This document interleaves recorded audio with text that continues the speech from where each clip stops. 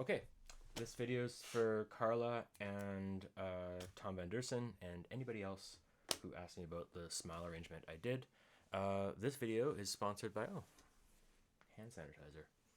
No, it's kidding. I'm just kidding. It's sponsored by Parallel 49, Jerkface 9000. It's not, but they should sponsor me. Okay, my life's a complete mess right now, so excuse the quickness of this video. Also, I'm not a great teacher or a great piano player, so I'll probably make mistakes, and I'll probably talk really fast. Smile, key of C. I divided this into a couple sections. This is just the basic functional chords here for you. Okay. C major. I'm not necessarily playing exactly the rhythm that's there. Next chord, C major 7. And the only reason we say C major 7 in this case is because the melody note's a B natural. So a C major 7 with a B on the top, or a C major with a B on the top becomes C major 7. The next chord has an E in the bass, so that's what that means, C over E. And that's the melody note right there. You can play this like with two hands like that, but I won't talk about fingerings and stuff because I'm more of a self-taught pianist and I don't really know that stuff. So whatever works for you is what I've been told.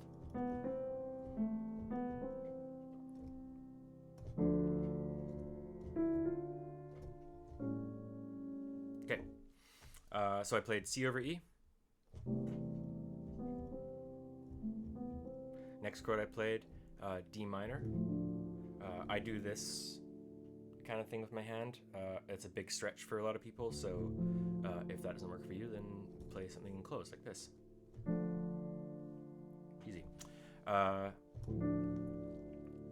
D minor to an A7, and it's an A7 because it has that G natural in it, so which leads us back to D minor again.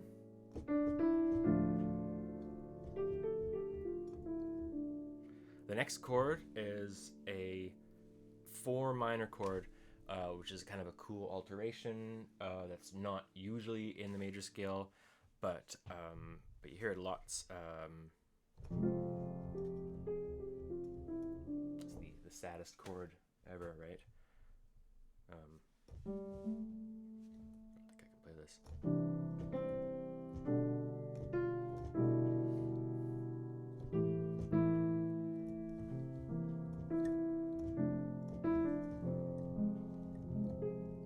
That's the.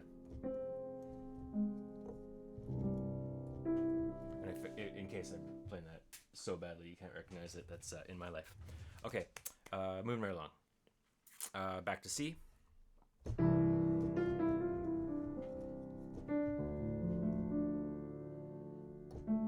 then a G chord with an E on the top. Okay, so that's a 5 chord.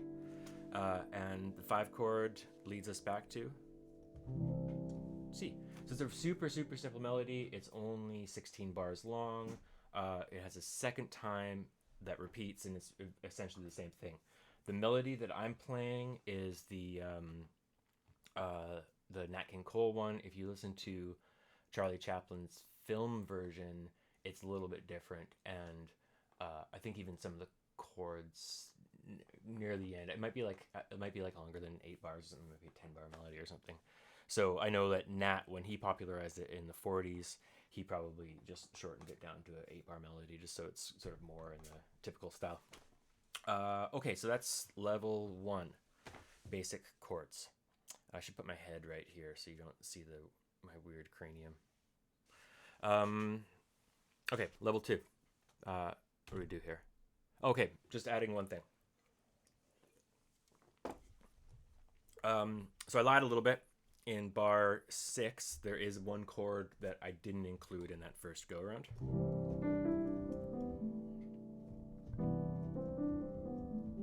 So here's our C over E. Next chord.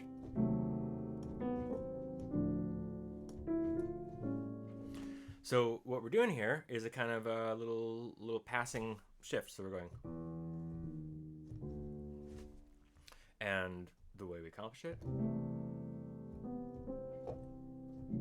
is with the diminished chord. Now again, the big claw. You don't have to do that. This kind of thing works perfectly well. Oops. We're going for a C over E. Yeah. Let's do this. That works. You notice how it goes. Everything moves down like that. There's probably a better way to do it too. Let's try this. Does that sound weird? Oh, here we go.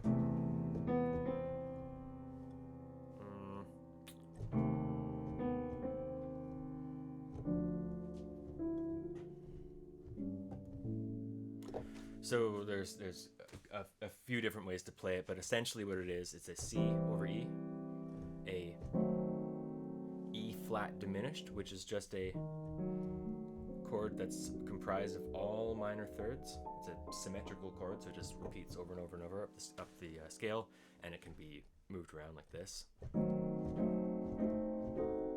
Also known as the girl in the train tracks chord. Okay, so that's the only thing that's different about this version.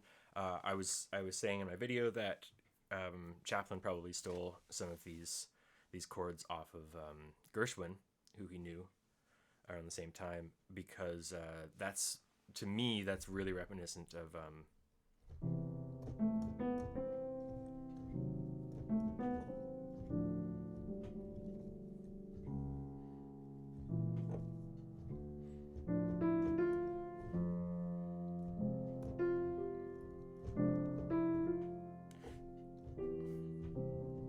so you see how that's actually like exactly the chords that are in Chaplin's version. The C over E, E flat diminished, A7, and then the D minor, and then to our F minor. Okay, next one. Level 3. Color tones. So very typical of the time, and in jazz in general, we're going to add to our structural chords, major, C major, D minor, G7, G in our case. We're going to add some like cool color tones. More typical of the 30s and 40s would be to add sixes, whereas these days you more often see like major sevenths. That wasn't as hip in the 30s. Hip in the 30s was a major 6 chord. So I'm adding, just to my major chord, I'm just adding that, the A. So I could play it like...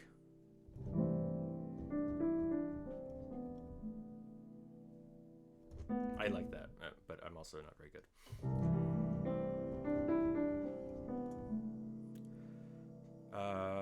Next one. Okay. And then everything's the same here. Except now I might... On my 7th chords, or my minor chords, I'm going to add this, a 7th, which is a note. Say the chord is D. It is the note that is 1 whole tone below the root of the chord.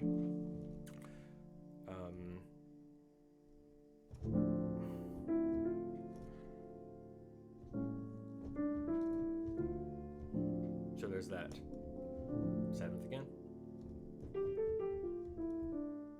Now on my F chord,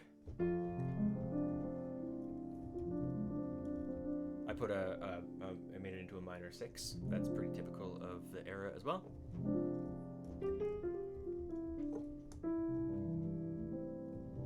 There's a major 7th or major 6 again.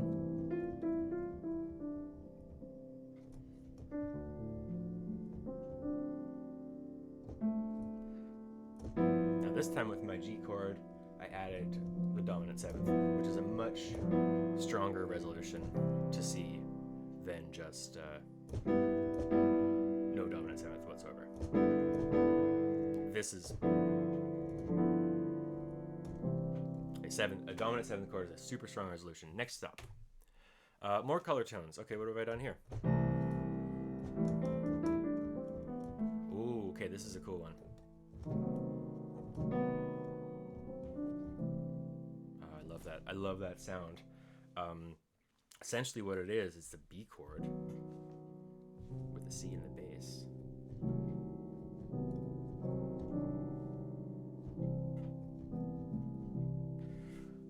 Such a cool sound. It's also, you could also think of it as C diminished, which is the exact same chord as that E flat diminished, right?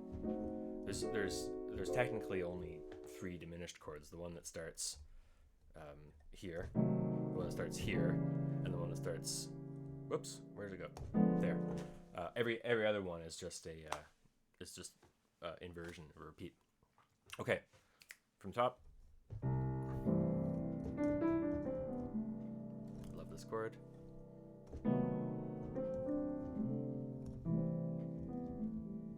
Lovely, right?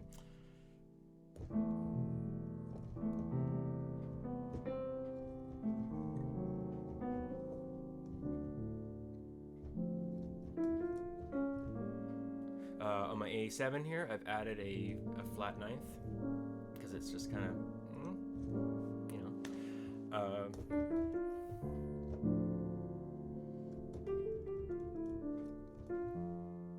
Oh yeah, okay. So F minor 6. So F minor 6, the 4 minor chord in this tune, is what I call a subdominant minor in the theory nerd stuff. But basically, with that chord, it's such a versatile like kind of sound. All we're doing is we're taking our F major and we're lowering that one note. So pretty much, if you were to turn it into like a scale, it would look like that. So there's our regular C major scale, right? These are all the white notes, and I'm lowering these two. Any chord that you can imagine that has these notes in it, that's why I wrote the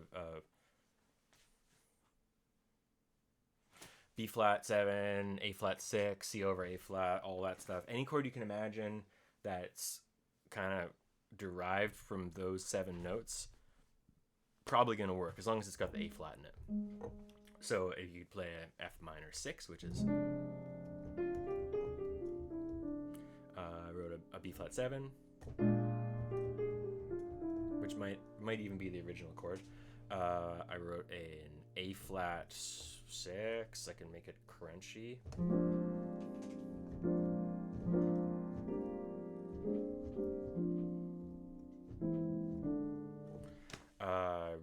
C over A flat. That doesn't work with the melody, but a C major.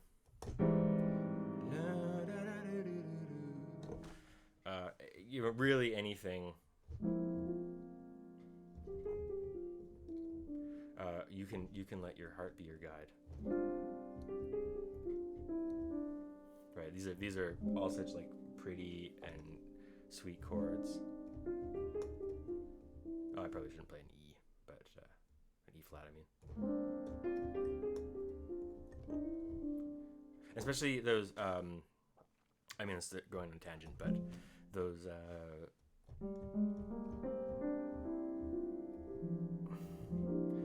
Like those semitone, tone, and semitone dissonances really go. Oh, where are we? Who am I? Okay, then we move on. C6 again. Okay, I added a chord here. Woo! That's a A7 flat 9 flat 13. So it's got A, it's got a dominant 7, it's got a major third in it, so that makes it A7. I put a flat 9 in it, and I put a flat 13.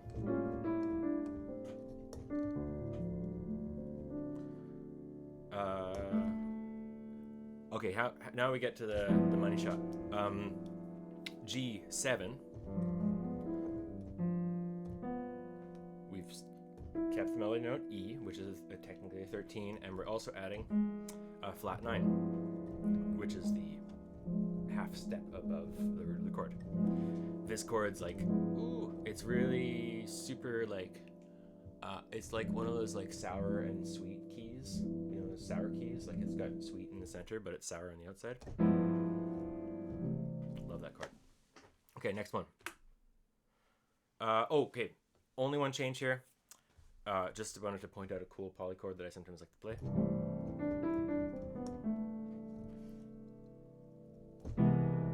Ooh, I love this chord. It just, for me, if there is a major chord with a melody that's on the 7th,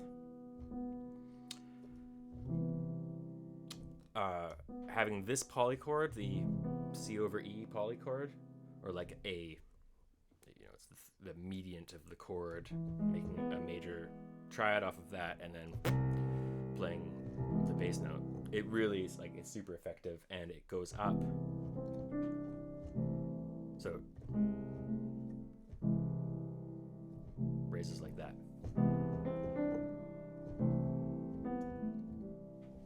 That's the only alteration there.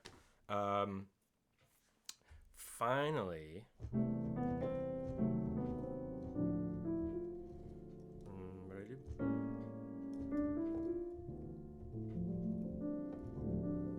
Save your 7th chords for later in the thing. You know, don't waste your 7th chords right at the beginning. And you can also add, you know, cool little color notes like this 11th in here too.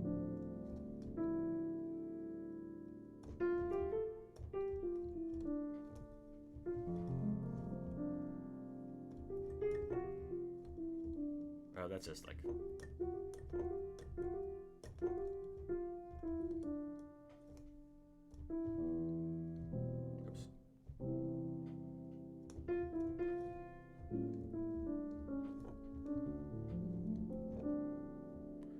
Okay, here we are. The part that Tom Van Dersen was asking about at 17 minutes into the video.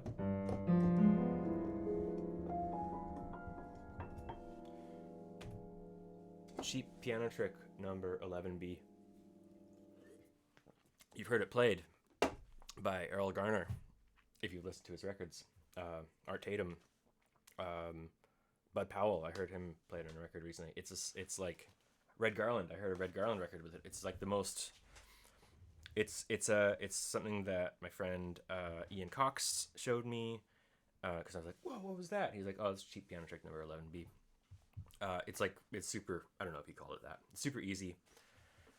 All it is, you're playing your bass note of your chord here, a G, in this case, G7, and in your left hand, I play the F. In my right hand, so I have those notes slurred here, an A flat, my B, and my E. So that's the flat 9, 3rd, 13th of the chord.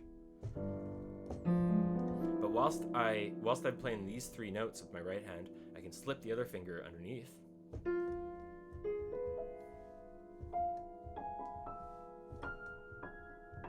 And you can play it kind of fast that way. Here's cheap piano trick number 11B level 2. Tom just asked, you can stop the video here if you want. Tom asked, is that a diminished chord with like a major alteration? Effectively, yeah, it is, because you got a diminished chord, or the girl on the train tracks chord, which I've added a note to. So I've taken the very top note of the chord and I've raised it up 1 whole step. Now if I do that with this next inversion, got that. So now I have a flat 9, 3rd, 5th, and root. Now I do the same thing here. I've got a 3rd, a 5th, a flat 7, and a flat 9. Do this here. A 5th, 7th, flat 9, sharp 11, and then, so my original one, 7th, flat 9, 3rd, 13th. So this trick actually works with any of those chords. If you were to play, like,